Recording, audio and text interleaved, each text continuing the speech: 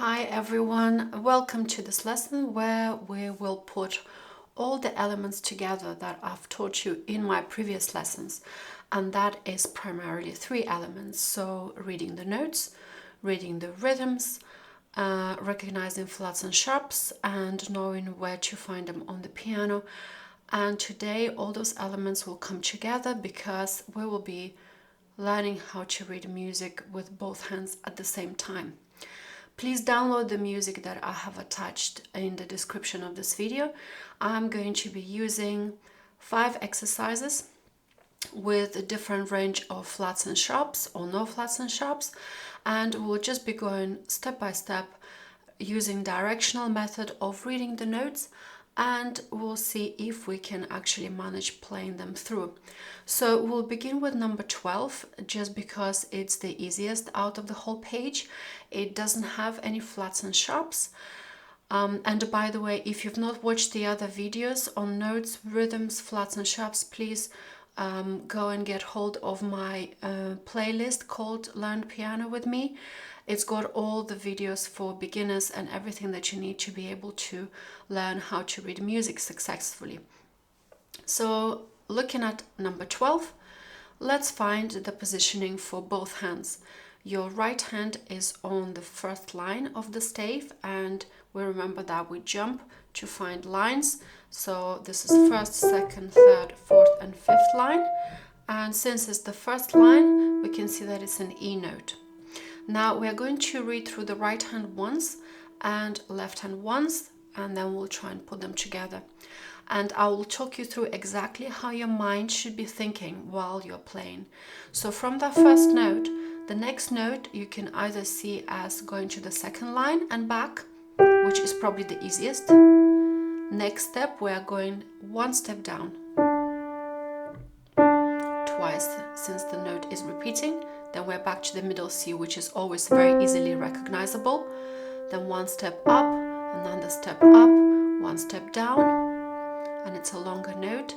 Then we have a little pause, and we're starting on the middle C next bar.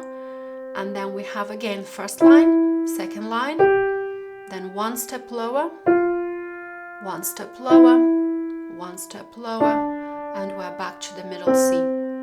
Let's see where our left hand is. It's under the third line. So 1, 2, 3, and under we can see that it's a C note. Now you might understand why I don't like rhymes, because you may have gotten to the point where you know it's a C note, but then you wouldn't know where to play it. And I have so many students who come to me from different teachers who teach rhymes, and we always find this issue of them playing the correct note but in a different octave or the wrong octave, just because they don't see those notes in relation to lines. So that is a lower C, not the middle C or the lowest C. And now we have a little bit of a jump towards the second note. The easiest will be to count the missing notes. So let's see, there's a note on the line that is missing and between the lines that is missing. So 2 notes are missing, and we're going to the third one up. Always look at the direction and then the steps. How many notes are missing? Next one is down, next step. Then we're missing one going upwards. Next down, next down. Then we're back up, next up, and then we're back to the same note that we had at the beginning. Or you can count the missing notes, which are 3 missing notes, and that lands us back on the C note. Now when you come to play hands together, that obviously presents yet a new challenge, because you have to track those lines at the same time. What I would say usually to my students is, at the beginning, just pause on every note. If you're unsure where you're going next, just stop there, but do not remove your hands. So stay on the notes until you find where you're going next, and then move. So gaps are not a problem at all, but if you remove the notes, you've kind of lost your sense of reference point. So it's best to just keep holding the notes that you're already on. Another advice I will say is always look vertically. So up till now, reading hands separately, we've been looking at horizontal lines. So tracking right hand from left to right, left hand from left to right. Now you really have to be looking more that way as well, because you will still have to read directionally those individual lines, but also vertically, so you can see at what point you're playing them at the same time. So let's begin. We already know our starting points is C in the left, E in the right. Then you're doing exactly the same thinking, going up to the second line and back, and it's right hand by itself. At the next point, your hands together. Right hand is going next down, left hand is having 2 notes missing, so it's landing on F. Repeated right hand by itself. Then you can see that, and again I'm holding the note so I don't lose that reference point. The left hand is going 1 step lower, and right hand as well 1 step lower. So both are going down. Then right hand by itself is going up, up. Then right hand will be going down, so I'm ready for it. Left hand is going up, 1 note missing. So only when I'm ready, I'm pressing them at the same time.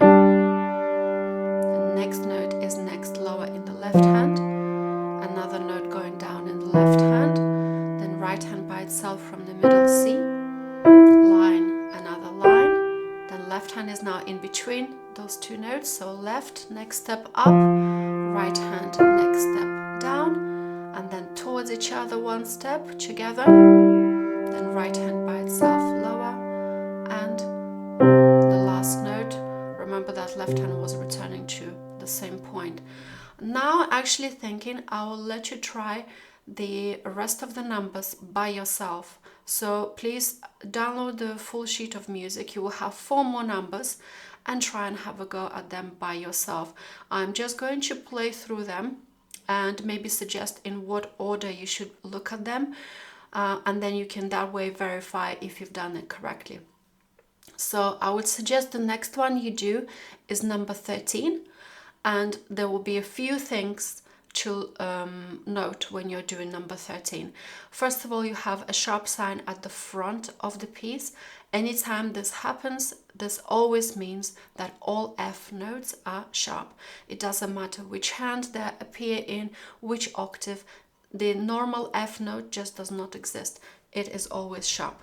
So once you found your first notes, which in this case it will be right hand on the second line, which makes it a G, and always use the finger that they suggest at the beginning, because at this stage you will not move around, you will stay in 5-finger position, and that will just make your life so much easier.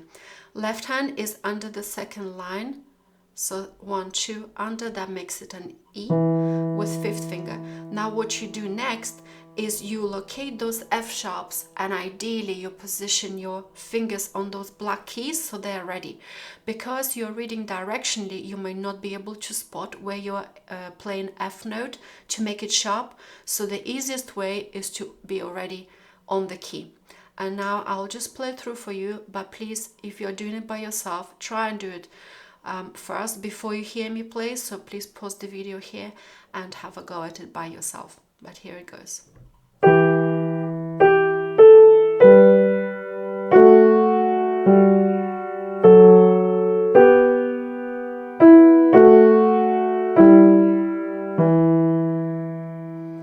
The next number I suggest you do is number 11. And this is an interesting one, and I actually use such examples as sometimes to pose tricky questions to my students. So we have a 1 flat sign at the front, which tells us, and that again never changes, anytime you see 1 flat sign at the front of the piece, of the stave, it always means B flat notes. So that means B note as a normal note does not exist. You have to make them flat.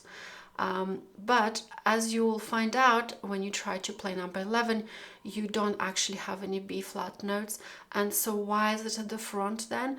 Well, it's just simply that the composer didn't use any B notes in this piece, but if he did or she did, you will have to play them flat. It also indicates a specific key signature, which I will also refer you to a few of my videos on key signatures, and you will be able to understand some major or minor keys have specific number of flats and sharps, and that just refers to that tonality as well. But as it stands, you will not actually be playing on any black keys in number 11. Let's see where the first note is in the right hand. Above the first line, that makes it an F. Left hand is 1, 2, 3, third line, that makes it a D. Again, try and have a go at it by yourself before you check it with me.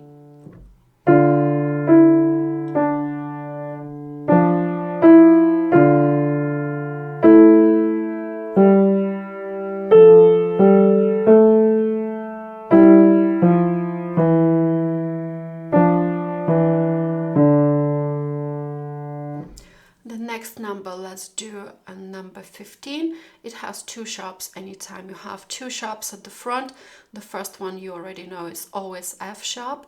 The second one is always C sharp. It never changes. The rest of the rules are the same. You just find your... Still try and do right hand separately, left hand separately once, and then bring them both together.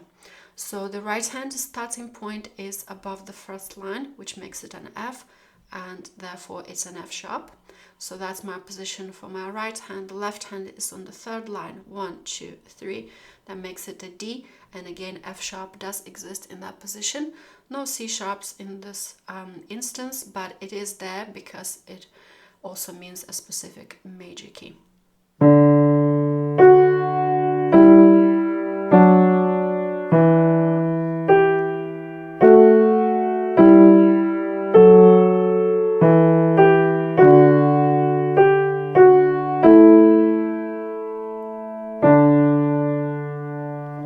And lastly, we have number 14 with 2 flats. The first flat is always B, the second flat is always E flat. And again, let's find our first notes. On the third line is your right hand, 1, 2, 3. That makes it a B, which has to be a flat. So we're beginning on the black key, positioned around that. It doesn't, E flat does not fall into that position, so we don't have to worry about it. And the left hand is under the first line and under. That makes it a G with 5th finger, and again we have a B flat in that position.